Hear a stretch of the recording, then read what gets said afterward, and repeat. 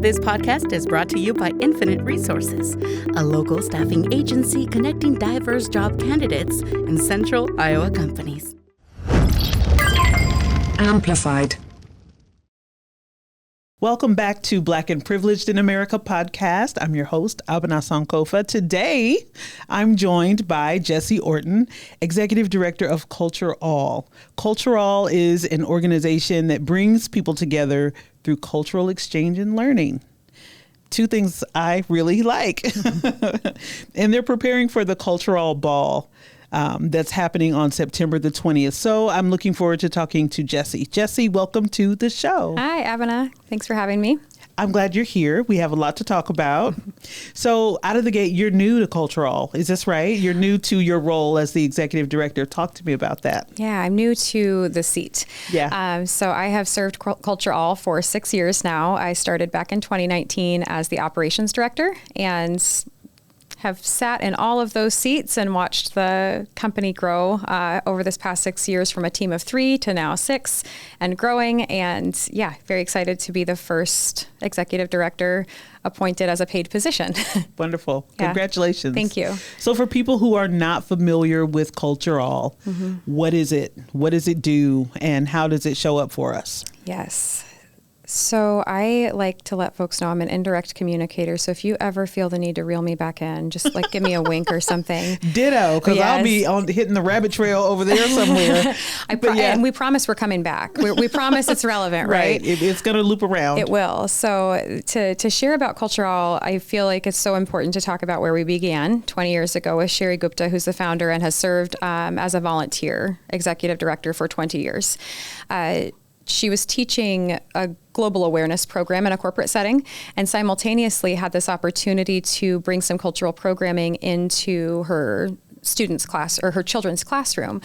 So through this Fine Arts Day opportunity and the work she was doing in the corporate sector, this idea that why are we waiting until people are grown-ups and in the workforce to recognize that they're a part of a global economy, to recognize that the more we understand each other, the better we communicate, the more effective of our businesses are, but more than that, the healthier and happier our staff are, and the more that we grow.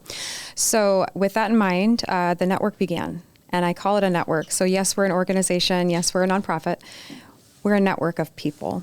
And through this 20 years, over 78 people have served over 500,000 Iowans. Wow, that's impressive. So CultureALL is not Des Moines only. It's statewide. That's right. So we, just last year, I think what's really important about that 500,000 is that's usually 25 people at a time. So let that sink in, how intimate these spaces can really be. Last year, we were in 29 different counties, 44 unique communities across the state. Interesting. So full disclosure, I'm an open book. Yeah. So tell our audience what open book is and what that means. Yes. So Open Book is another program that CultureALL offers, modeled after the Human Library in Denmark, where people are books and you check them out to hear a chapter of their life. What's more powerful than a story is some dialogue that follows. So I've seen some really incredible things happen as a result of that space that the Open Book program creates. And that's distinguished from the Ambassador program, the marquee program of the organization, where we really lean into a tradition that is bared, practice maybe of a particular culture or region, but more personal to the individual. So ambassador programs are activity focused, this balance of information, interaction, artifacts, where Open Book is really rooted in the storytelling. And that's, I think for me, that's one of the reasons why when the opportunity presented itself, I jumped in and was like, yeah, I can do that because but there was something I wasn't ready for too. So I did it because it actually is helping me to fine tune my own story and make sure that it's a story that I can tell with impact. It was the impact part that I wasn't ready for. So there was one occasion where I was in Open Book and I had a great partner, Kevin, I believe his name was Kevin.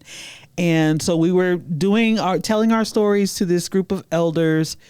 I wasn't prepared for them to tell me their stories back. It caught me off guard, but it was so beautiful. And I learned out of that experience how necessary it is for storytellers to replenish themselves. Have you had any feedback from other storytellers, other open books about their experiences? Yeah. Thank you, first of all, for sharing that. And thank you for serving. I love to hear that people are growing, especially someone just with the acumen you have around this space, to hear that you still are learning and growing every day. And the process is awesome. I've not just heard, but I've seen firsthand how some of these storytelling opportunities can really affect people, both the storytellers and the recipients alike. So I'll share a quick anecdote. We had a group of students at a college university who were faced with a question that kicked off the storytellers session. What's the first word that you think of when you hear the word immigrant? Go. And they had no time to think about it, right? So these 12, 13 students, respond with largely negatively connotated answers. Illegal. I mean, were they orders. White? It was a mixed group. It was demographically probably majority white, I would say, only the 12 folks. But these are young people. These are folks that we might make assumptions about the world they're growing up in and their ideas, but they had negatively connotated things to say. She went on with her story and shared this story of, we'll say determination. Yeah. But there was humor, there was sadness, there were lots of components, as you know, when you're building the open book model. And she got done, and as she finished her last line of her story, she said, "What's the first word that you think of when you hear the word immigrant? Go." And they say bravery, resilience, and all of and I thought, in 13 minutes? Wow. So some of the impact that I've seen firsthand, both again from the storyteller, she walked out feeling like I really made a difference right now. But that reciprocity as well, when someone feels like they've been invited to a space for a two-way conversation, so the storyteller isn't just hit with answering on that one-way street that doesn't always feel good. It creates a dialogue and it builds our curiosity. I love that, because in the fashion of what books actually do, it is a dialogue between the reader and the story. So I love the way CultureALL allows that notion to just be and to exist in the open book program. So how do you grapple with our country's current state of affairs? In the work that you're doing at CultureALL, it's all about bringing people together from across different walks of life. So how are you able to continue that work, knowing kind of what you're up against right now?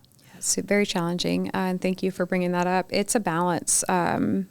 We every day are thinking, yes, we're doing beautiful things, and we're creating moments that, while that student may have that experience for 45 minutes, I just had an ambassador share with me today, I know that it stays with them for a lifetime. I know that they'll carry these things with them. So we're creating these really great things. At the same time, we are deeply aware of the climate. We're deeply aware of the pain. We're deeply aware of the fear. We're deeply aware of the fact that we're not all waking up today feeling the same way about walking out of our homes. And so to be able to honor what's real and what everyone's being faced with at the same time as saying, there is community here for you. So what are we doing? We haven't faced any challenges directly. We are, while being a nonprofit, we don't rely on particular streams of funding that are at, very big threats right now. The community feels really strong. The community seems to me what is keeping us all together, what's helping us hold on, is that we're creating spaces that we know are safe to come together, and not just safe where you are. We expect you to show up as you are, all that you are, whatever that means in that moment. And so I think for us, the community aspect, the network being what it is what is allowing us to continue to move forward. I find it so interesting that CultureALL is able to thrive in the space where there is difference. And so many other people, organizations out there feel threatened by difference. What would you say to anyone who resists the opportunity to connect to difference, regardless of what kind of nuances there may be? Someone who tries to resist. Yeah, like I don't want to be around those types of people, or, whatever the difference may be, someone who prefers maybe a homogenous sense of community rather than the tapestry of difference. What would you say to them? Yeah, I might say, so I haven't encountered that as much as I have folks that tend to say, well, at the end of the day, we're really all the same, or I don't really see difference. I don't really, and I think, well, gosh, that's a missed opportunity, because let me tell you what happens when you see difference. Let's unpack that a little bit. When we see difference, we understand that this world I've walked in is very different from the one that you have.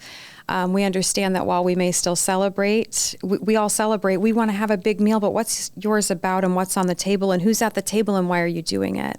And we have this chance to learn and grow. So for folks that might be feeling uncomfortable about that exploration, maybe because they haven't had any experiences with difference, that's usually what it is. Yeah, it's their first introduction or first time having the conversation and thinking about those ideas. Yeah, exactly. So we extend the invitation in a way that its accessibility looks different for everyone, right? So I might say to someone, did you ever have a stay-at-home day as a kid? What did you do? Was it a snow day? Well, where were you that the weather had snow? Have you ever considered that maybe in India there's monsoons, and a monsoon day is a lot like a snow day? And so let's talk about how that day is spent. Here are the ingredients that someone is using to make that chai with their grandmother. Do you want to smell it? Do you want to taste it? So food is a great entry point. Music is a great entry point. Things that we can engage with at a pace that works for us. These are entry points. We can go deeper, but if we try to start really deep, we're going to scare people away, and naturally so. So where do we start? So it's really about the individual, about the institution, whoever it is that we're working with. We do that assessment up front. We say, how do we approach? And if it's for me in personal conversation, I get really excited about this work. I learn something new every single day, and I could be a walking advertisement for any one of these workshops. Well, that's great. So. I mean, you got to be. If you're doing something and you love it, I think you should be. You should be on the poster board for sure. So how does CultureALL define culture? I mean, when you're talking about the person who said, when you hear the word immigrant, what's the first thing that comes to your mind? Mm-hmm. I've had the exercise, the opportunity to be in an exercise where someone said, okay, when you hear the word culture, what's the first thing that comes to your mind? And the answers are stuff like, food or music or clothing or a number of different things. But how does your organization define culture? Sometimes that depends on who's on the other side of the answer. Right. Especially today. So we have, I don't think that we've explicitly stated it, but what we recognize first and foremost are those layers that I was just describing. So sometimes people call it the iceberg of culture, where up on the top are those things that we can really see. The food, the music, the language, the clothing. Yeah, that's right. We think about topography and geography and all of the things that go along with where a place lands on a map. And then really to discuss culture, though, we have to go much deeper than that. We need to get into its roots. We need to get into belief systems, the why behind the belief systems. We need to get into maybe faith practices and that go along with those, and conflict that's happened over time to understand the community in which this space has experienced something like faith, for instance. We go into the way that we think, the way we communicate. Do you make eye contact? Do you want to shake my hand? So at the root of it all, I think, is probably leaning into the idea that sometimes there's a phrase used called the golden rule versus the platinum rule. And the golden rule, many of us are familiar with. We can say, treat others how you want to be treated. And then there's this idea of a platinum rule, to treat others the way that they want to be treated. And in order to do that, we need to understand that full iceberg of culture. I love it, platinum. Okay. Yeah, platinum. So we're talking about culture with the executive director of CultureALL, Jessi Orton, on Black and Privileged in America podcast. And so the premise behind this show is to explore power, love, and money conversations relevant to Black thriving. How do power and privilege intersect with the work of CultureALL? Wow. It takes a village of us here to row everything forward. So I think for us, power and privilege, there are so many folks out here ready to extend their networks to say, I want to support you in gaining access to the table that you may. Wait. Yeah. There are so many?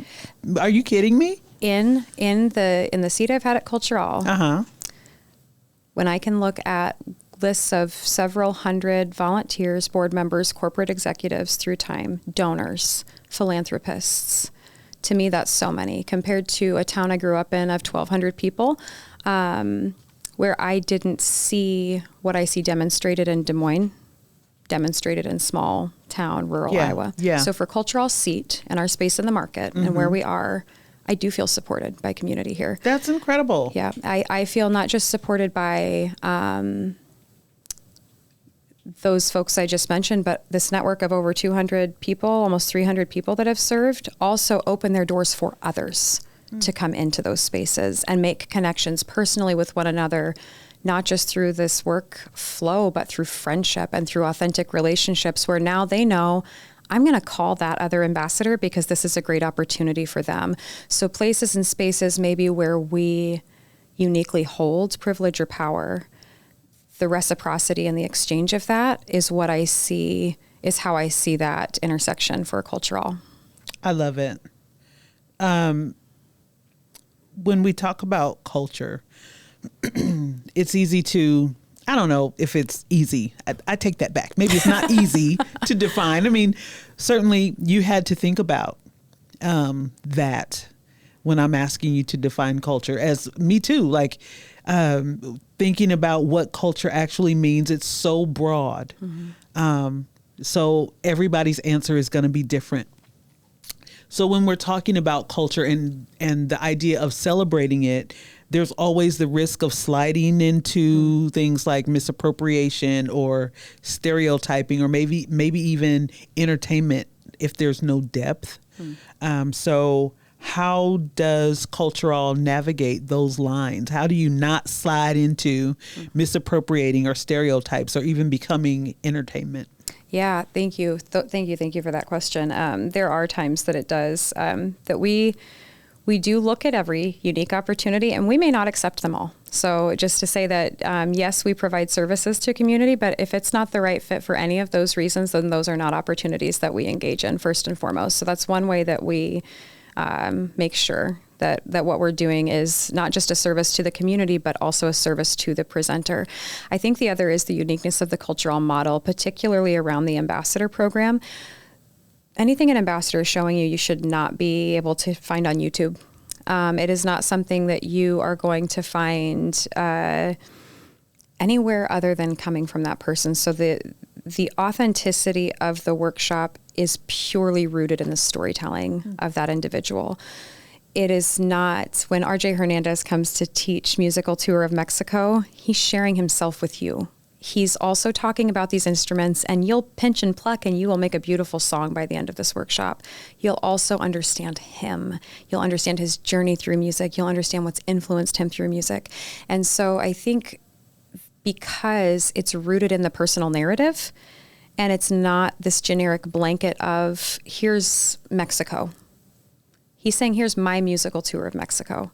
And that's unique to each and every ambassador. So no two workshops are the same.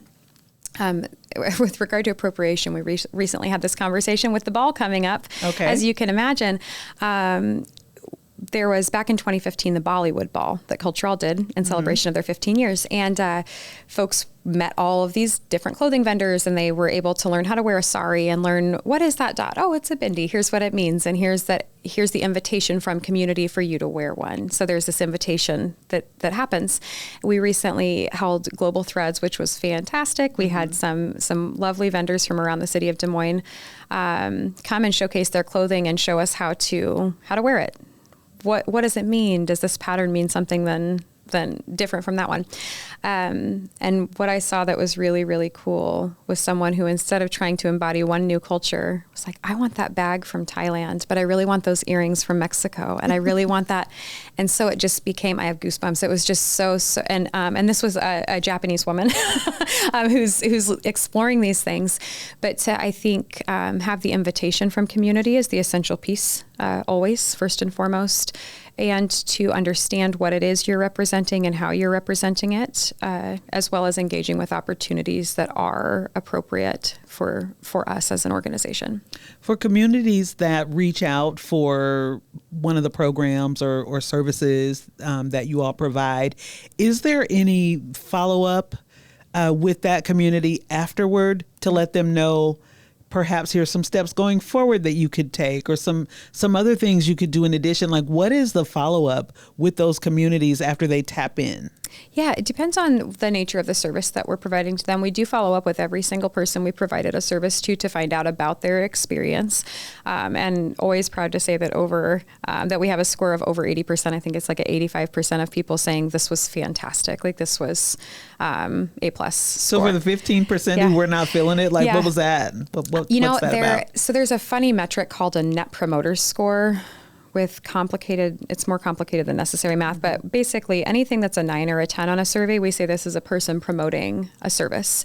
Anything that's a 7 or an 8 is really kind of passive. And then anything that's below that is detracting from the business. So if they seem passive, then that's a majority of that 15% are people who rated us something that was like a 7 or an 8. So it doesn't mean they don't think we're an A+. But it could mean that maybe the match of the age and the workshop were a little bit of a mismatch. Or it might mean that, that an activity,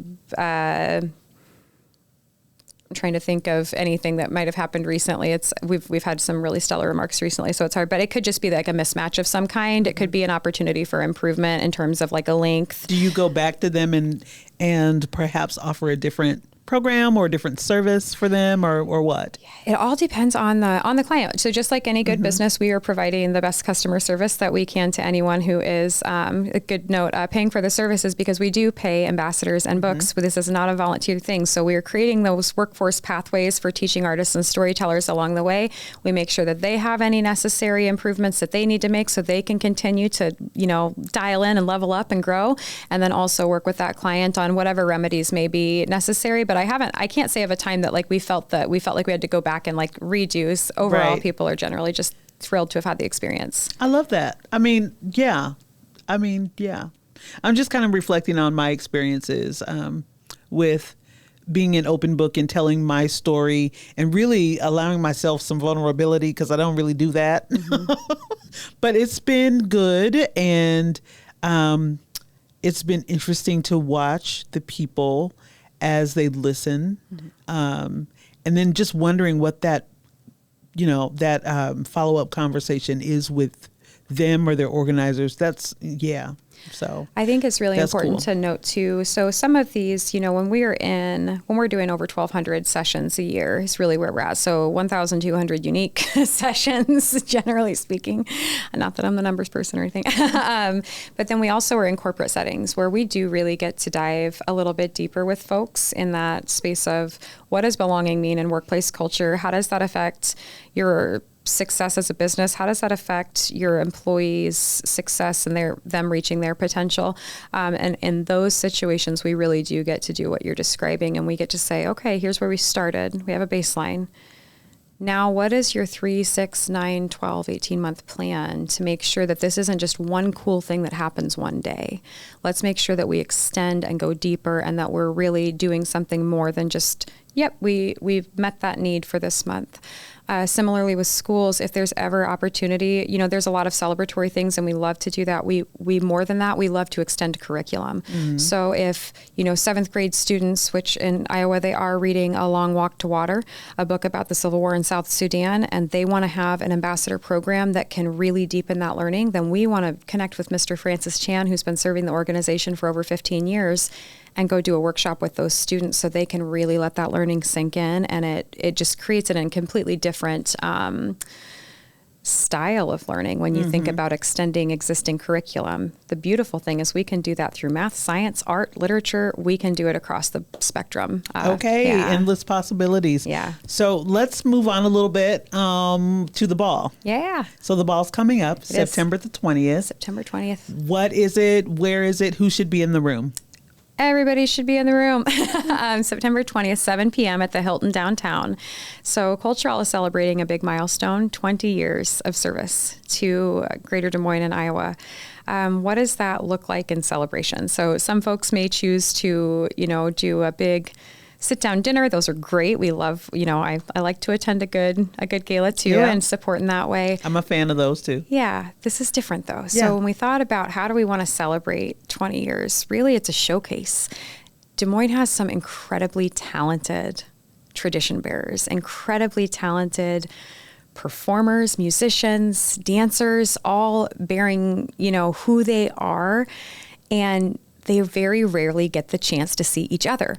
So when we go do this multicultural day, of course, some of these things are worked into workshops, but everyone goes off to their classrooms. They work with their students or their folks, and then they all go home. So we started to think, wouldn't it be great if we could really showcase the artistry? And this is not like this celebration, as I mentioned, we pay the performers, we're honoring all this time. So this really isn't a traditional fundraiser. We are throwing an event. So you will get to experience I think we're up to over 20 cultures represented in the evening in some way, whether that be through performance, whether that be through food or a dance lesson. There's 4 unique dance lessons that happen this evening too. So it's really this robust opportunity to shop some local folks while supporting some other businesses and associations, to engage with some live art from a very cool local artist, to see some, anything from Japanese drumming, hear some songs from Ukraine, get to see Peruvian pan flutes. So again, just showcasing this vibrant artistry in town and then connecting with each other in a way that's very, very rare for our network. How do we get tickets for this? Yes. So tickets are online. You can go to our website, CultureALL.org. You will see it right there on the landing page. We are expecting several hundred people to come together for this one night only, very exclusive showcase of all of this, like I said, just global representation that is Des Moines, artistic representation that is Des Moines. And we would love to have you there, not just to see the performers, but to taste what the Hilton chefs are coming up with under the guidance of some local restaurants. So this collaboration has been really, really cool to see some restaurant owners sharing their recipes so that we can provide that meal as authentically as possible for the evening. And you can learn a new dance. So there will be 4 different opportunities for you to go learn some steps and showcase them on the dance floor with us. Sounds wonderful. Mm-hmm. What is your vision for CultureALL for the next 5-10 years?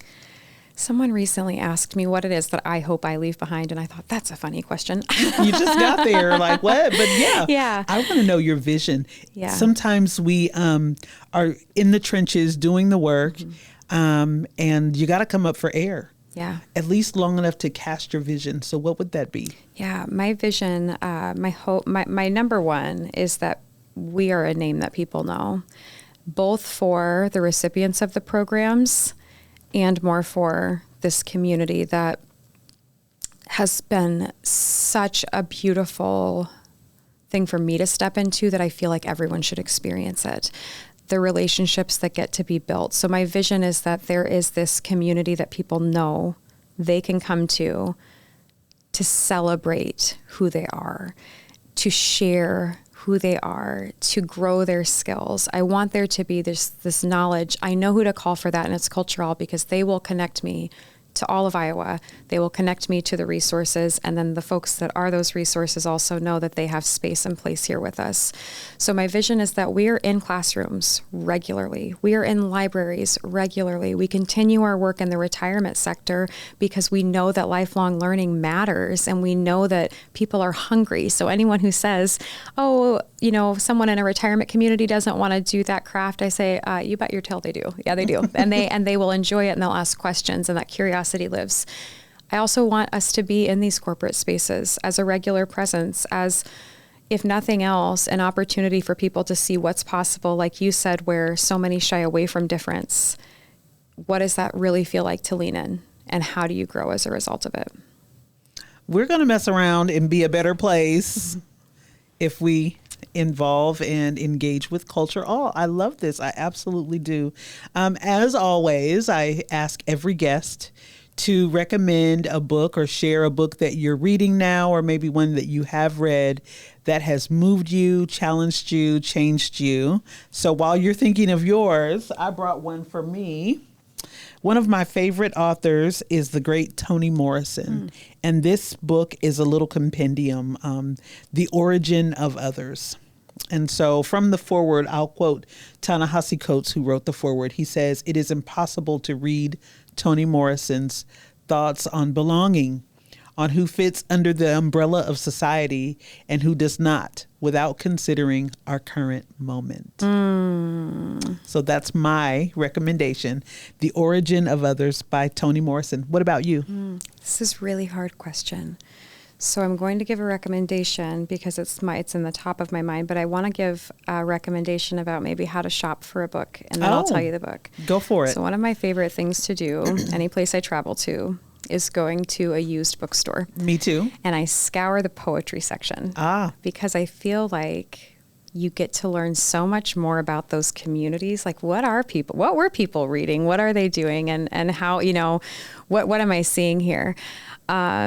So a poet that I found in this way, I shared with you on Facebook. So I'm going to recommend his book here. And his name is Mozab Abu Toa. Mozab Abu Toa, and I will get this to you in writing. And the title of the book is Things You May Find Hidden in My Ear. Things You May Find Hidden in My Ear. What a beautiful title. Yes. And so he's a Palestinian man who is deeply invested in reporting the status and just really bearing his soul through this beautiful lens of poetry. And for me, it has just profoundly changed the way that I wake up every day right now. Really changed the way that I think about things, and was just forever grateful to have come across his book, because my world has just really grown because of it. As any book should do for us. Thank you so much, Jessi, for being here, and for sharing the work of CultureALL and the upcoming ball. Yes. Thank you. These are the kinds of conversations that help us think more deeply about how culture connects us, and challenges us to grow. Stay engaged, stay curious, keep striving. Thanks for listening. Until next time.